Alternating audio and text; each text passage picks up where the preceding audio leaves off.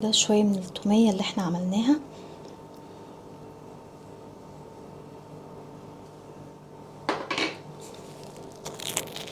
الله على الطعم. اهم حاجة واحنا بنعمل الشاورما ان هي تتحمر كويس كده من بره، تبقى مقرمشة كده ومتحمرة كويس اوي، بتبقى احلى كتير في الاكل. نص كوباية حليب،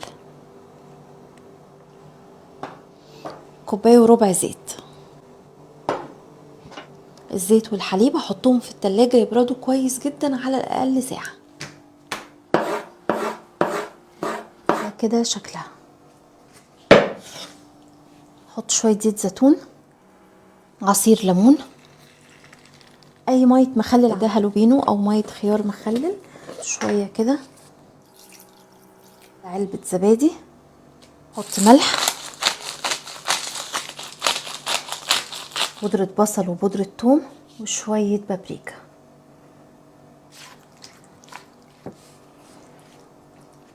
طبعا مش اقل من ساعتين عشان تطلع معاكم طعمها حلو، او اعملوها من بالليل واشتغلوا بيها تاني يوم على طول، يعني انا بفضل كده. اشيلها على جنب. خلاص الزيت والحليب اللي هنعمل بيهم التوميه بقوا باردين جدا. كوبايه وربع زيت، نص كوبايه حليب. هوريكم ازاي.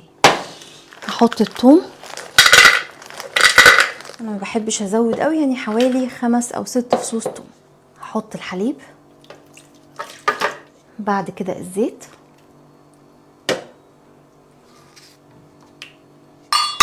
اللي هعمله دلوقتي هضرب شويه واوقف شويه.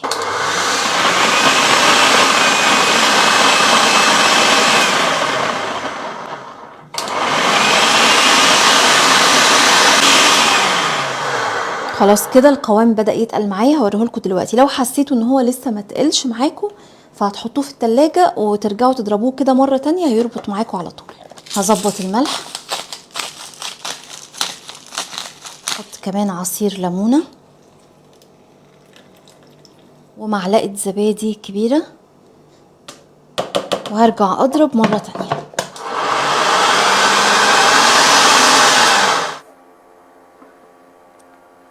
قوامها مظبوط 100%. دي كده التوميه من غير ولا بيض ولا نشا، قوامها مظبوط وطعمها حلو قوي. هنا شويه سبايسي، هناخد شويه نحط عليهم معلقه كبيره من هريسه الشطه. كده نشيل دي على جنب. معلقه سمنه بلدي. الفراخ نار عاليه عشان ما تخرجش الميه اللي فيها.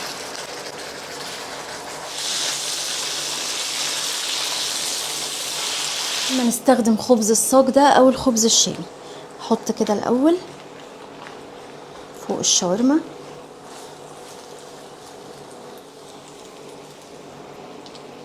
احط كده الاول شويه توميه، وادي كده الشاورما.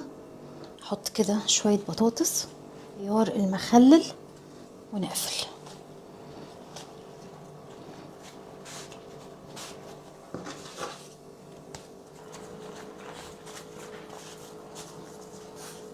نفس الطاسه اللي عملت فيها الفراخ هضغط عليها كده باي حاجه عندي. شوفوا كده تاخد لون حلو قوي. نحمرها كده اكتر شويه.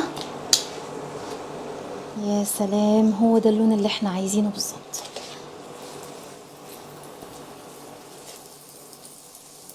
كده خلاص هي جاهزه.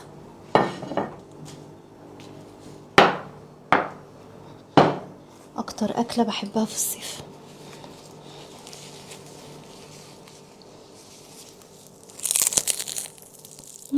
ناخد كده شويه من التوميه اللي احنا عملناها.